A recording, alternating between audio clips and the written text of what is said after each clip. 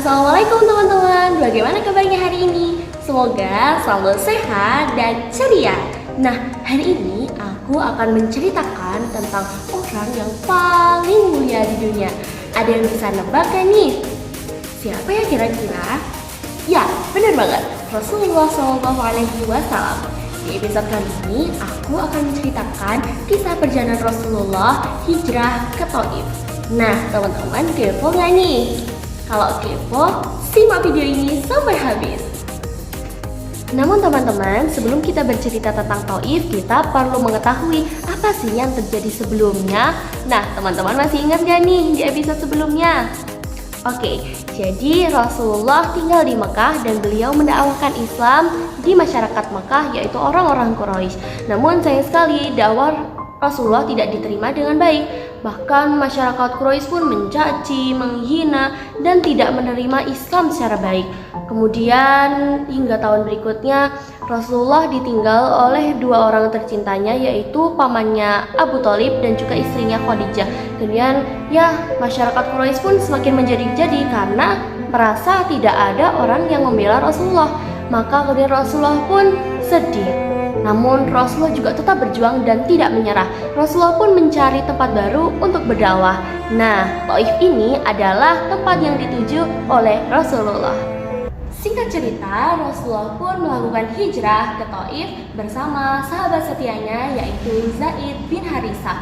Rasulullah pun menempuh perjalanan ke Thaif sekitar 70 km. Jauh banget ya teman-teman.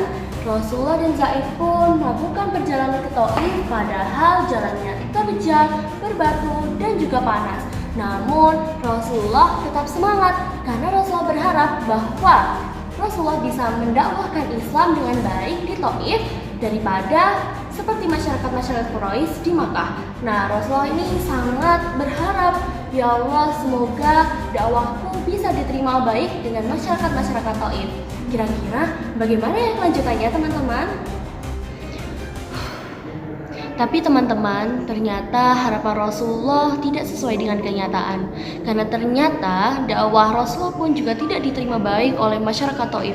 Bahkan lebih parah daripada masyarakat Quraisy. Mereka melempari Rasulullah dengan batu, mencaci, menghina, bahkan juga melempari dengan kotoran. Sampai-sampai kaki Rasulullah pun berdarah dan Rasulullah pun sangat merasa lelah.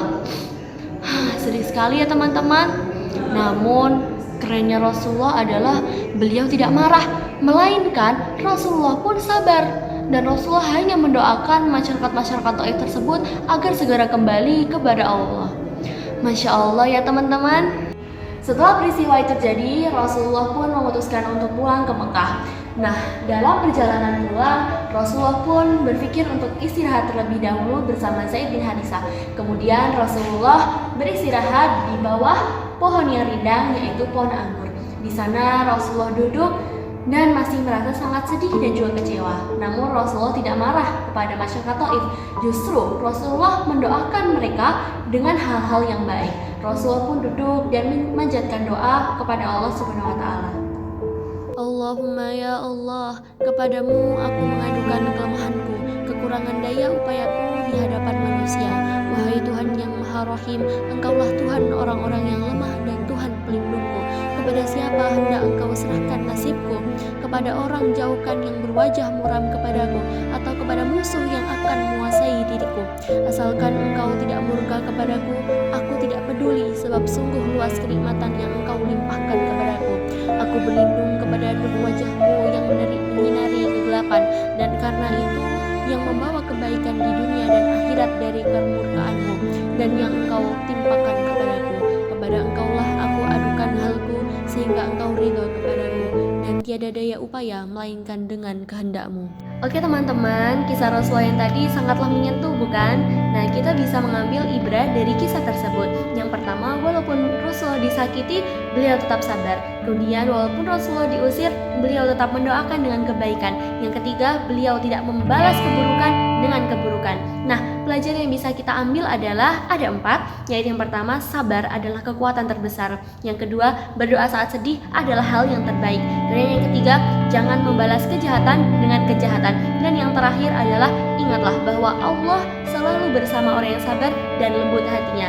Ayo teman-teman, siapa di sini yang ingin meniru akhlak Rasulullah? Ayo angkat tangannya. Nah, dengan video ini saya berharap bahwa teman-teman bisa mengambil ibrah dan bisa meniru akhlak Rasulullah yang mulia. Nah, cukup sekian mungkin dari aku. Terima kasih. Wassalamualaikum warahmatullahi wabarakatuh. Bye bye. See you on the next video.